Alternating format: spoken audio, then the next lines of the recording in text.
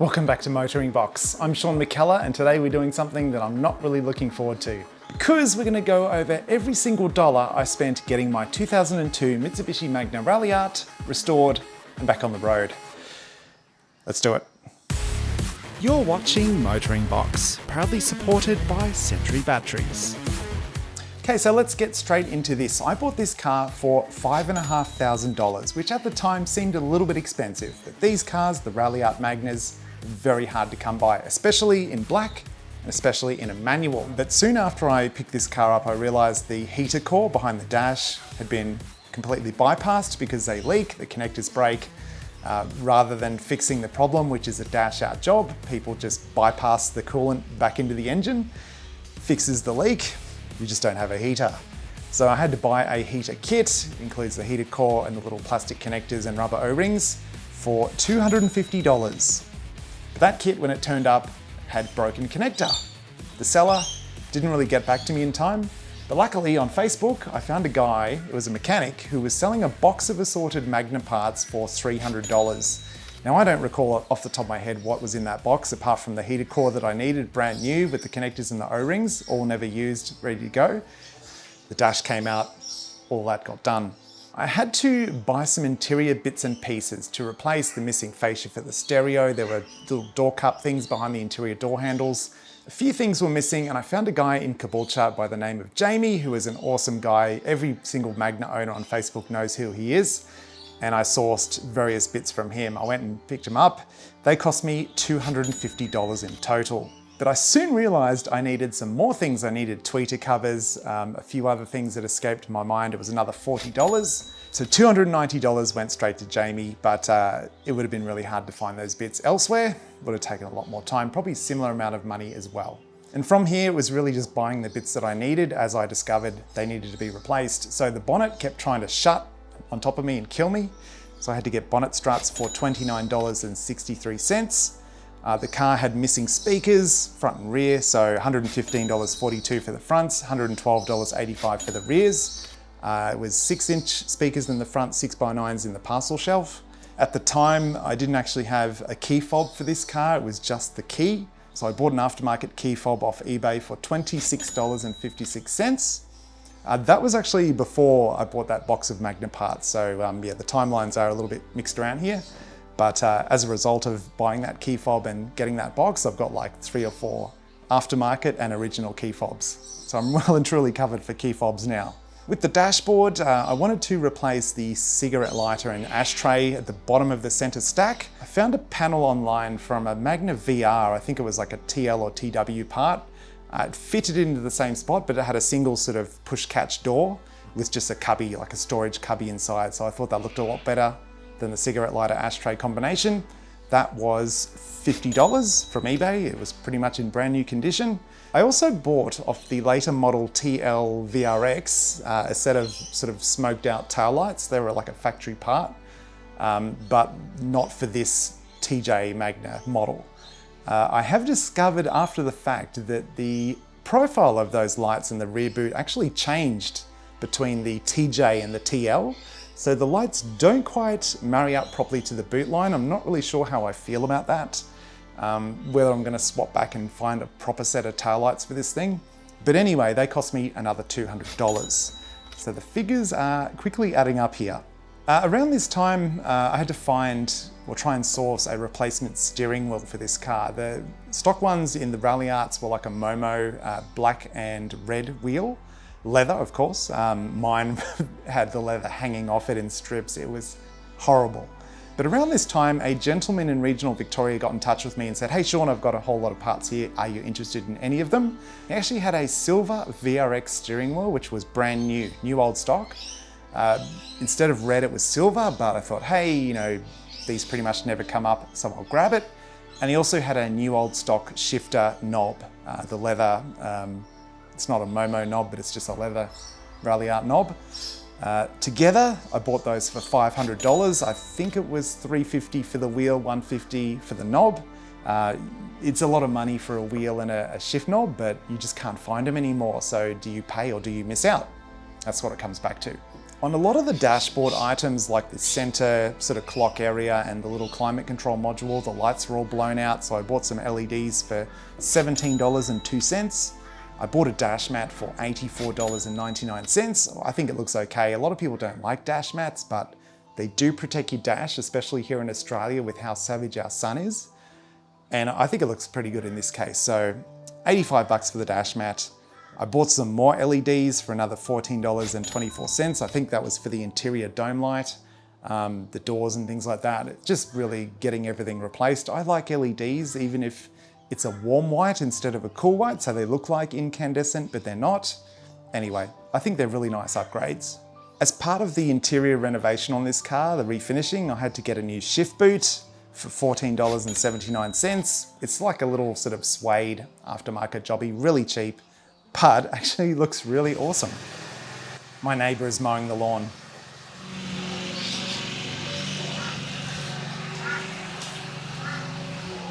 All right, back in business. All right, let's try this again.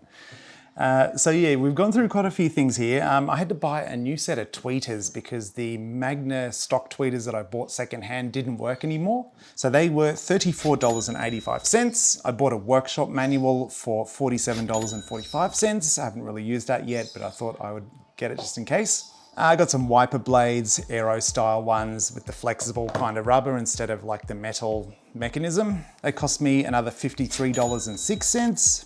I got an exhaust tip because I needed to replace the whole exhaust. So the stock tip was a bit rusted, corroded. It looked terrible. I didn't really like the styling of it either. So I sold that one for about 100 bucks secondhand, which was a win for me. And I bought a new tip for $49. I do cop a bit of flack from time to time because of this tip. I think it's mainly like the really hardcore rally art guys. But to me, it fits the cutout of the bumper beautifully. And it is the correct way around. People say it's upside down, but it's not. I think it looks a lot cleaner and I am really happy with it, which to be honest is all that matters. So that tip was $49. I bought a Verex muffler for $495, and that's one of my favorite parts about this car. When it's shut, it's really quiet. Some people reckon it's quieter than stock. When it's open, it's pretty loud. So it's a really cool thing. I think it is technically illegal.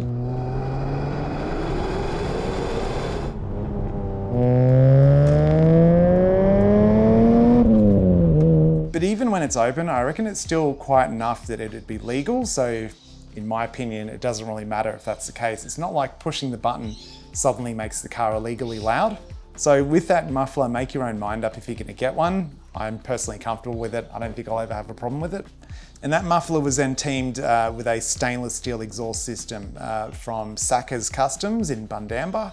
That system cost me $1,295, excluding the muffler. So that add the muffler on top, that's how much the system cost. It is a 2.5-inch system all the way through. It's got 2 hot dog resonators flowing all the way through to that Verex muffler on the rear bumper. Sounds really good. There's not much rasp, which is what he was aware of what would happen. So that's why he attacked it with the 2 resonators at the front. Teamed to the muffler, sounds really good. I thought it was a bit quiet at first, but it's either gotten louder or I've gotten used to it. Either way, it sounds awesome. A couple of random things. There is a hole in the bottom of the spare wheel well. It's a 50mm diameter hole. I assume there was meant to be a grommet there, but it's missing. So I bought a 10-pack of 50mm grommets. That was $22.59. I bought a plastic trim clip set for replacing like clips on door trims, on side skirts, pretty much anything that comes off this car that has clips. It's a set of clips you can buy that just replaces pretty much any clip you need. That cost $12.95. I bought a set of Bridgestone RE003 tyres in 235/45/17s, which I found out is not the stock size, but it's the size of the tyres that this car came with on those aftermarket rims.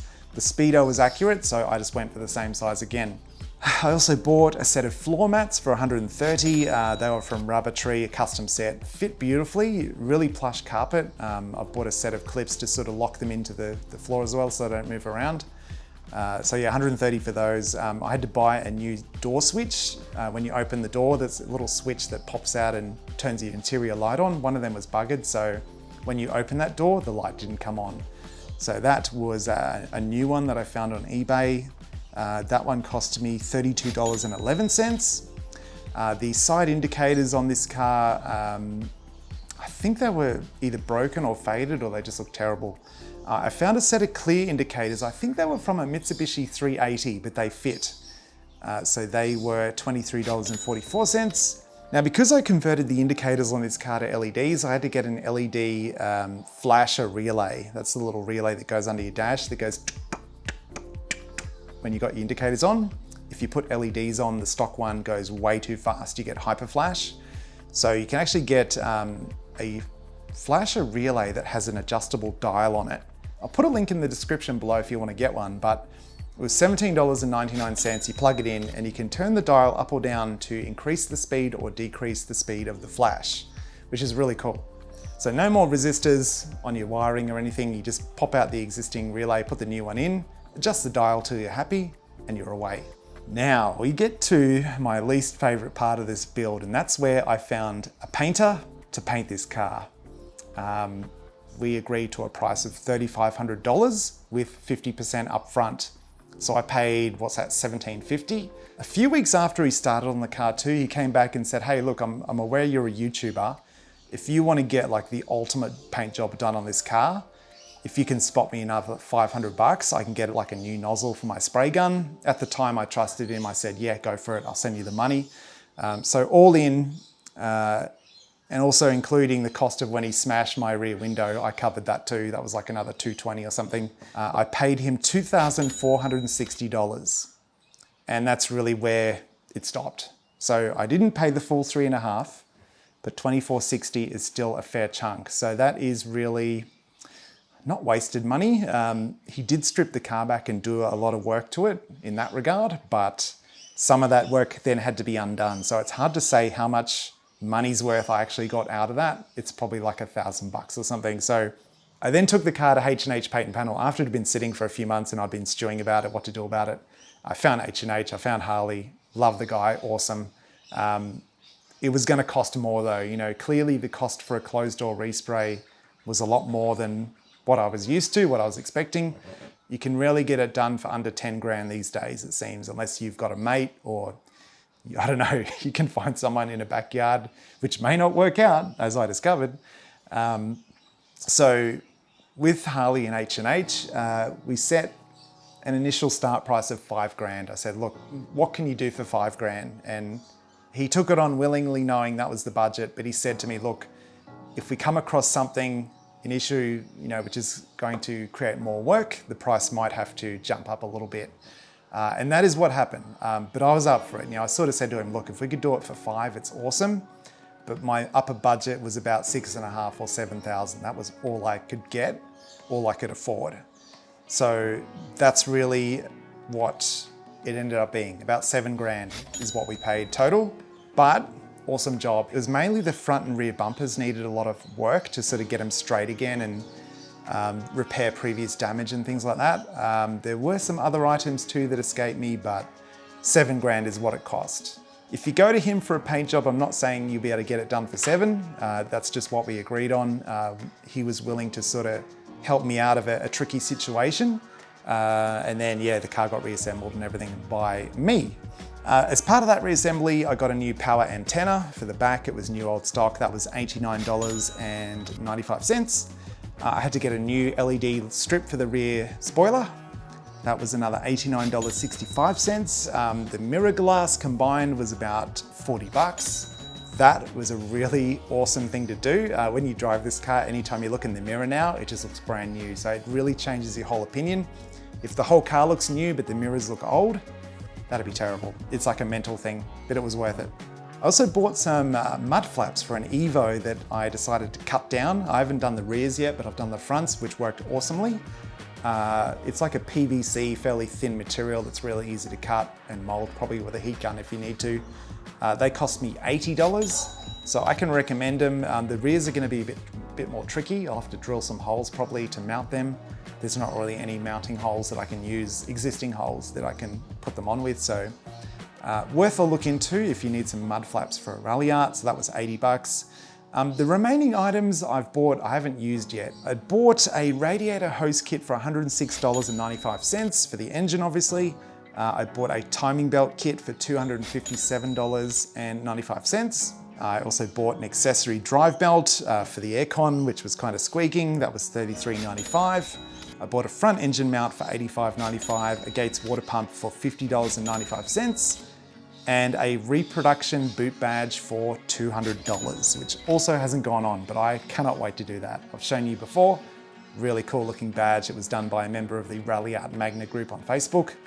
A lot of money, but you simply can't get them anywhere else. So do you pay, or again, do you miss out? So I'm sure there's a few items I've missed. But that is the majority of what I've spent on this car up till now. And I don't think there's anything else I really need to spend on it. It's just the remaining parts that haven't been put onto the engine yet, the timing belt and the water pump and all that sort of related stuff. Oh, and also that box of assorted Magna parts I bought, there's some bits in there we'll be able to install. And also, there was a guy by the name of Andrew who used to own a Magna, but he didn't own one anymore, and he emailed me and he said, "Hey Sean, I've got a box of parts. You're more than welcome to have them if you want them. I don't have a car anymore." So I said, "Hey, look, I'll pay for postage if you want," which he refused. And he sent them to me. So we've got this huge box that I got for free. So thank you very much, Andrew. You're an absolute legend. Some of these will go into the car as well. So I haven't really gone through this before. There's like rocker cover gaskets. What's that? That's another rocker cover gasket because it's a V6. There's like suspension bushes, so many gaskets and parts. Like what even is this one? That's some kind of sensor of some sort. I don't know enough about the 6G74 to know what that is. But spark plugs, you know, there's like an oil filter in there because I need to do the oil change soon. There's 3 of those actually. There's another pulley there obviously, and also an OBD2 code reader as well. Really awesome. So I've got those too. So anything in here which I can use is going to be used. So that was free, but everything else I've read out cost me money. And if we go through and add up every single figure, it comes to $20,814.24. Now, back in the day, I was accused of purchasing this car for profit, you know, buying it cheap, doing it up, and then selling it for more than what it cost me. Could I sell this car today for 20 grand? Let me know your thoughts in the comments below. I really don't think I could. It's just not worth that much money. But I have no regrets. You know, this has been a great project and it's something that I wouldn't have done if I didn't have a YouTube channel. So again, I've got to thank you guys for that. The subscriptions, the views, you know, the people on Patreon, sponsors like Sentry also helped out a ton. So thank you very much, Sentry Batteries. And without you all, every single one of you, even you watching this video right now, it couldn't be done. The Magna will be back in the near future because H&H Paint and Panel are going to buff it. Then I'm going to put the badges back on it. There's probably a few other bits I've forgotten, but it's like 99.9% there. Once the badges go on, it's going to look great. I want to get the car out there at some events. The next time the Ipswich laps are on, it'll be there. So do let me know your thoughts in the comments below. Was the price, just over 20 grand, more or less than what you were expecting I spent on this thing? It was certainly a surprise to me. If you want to support the channel, hit that like button, subscribe if you want to. Have a good one, and I'll see you next time.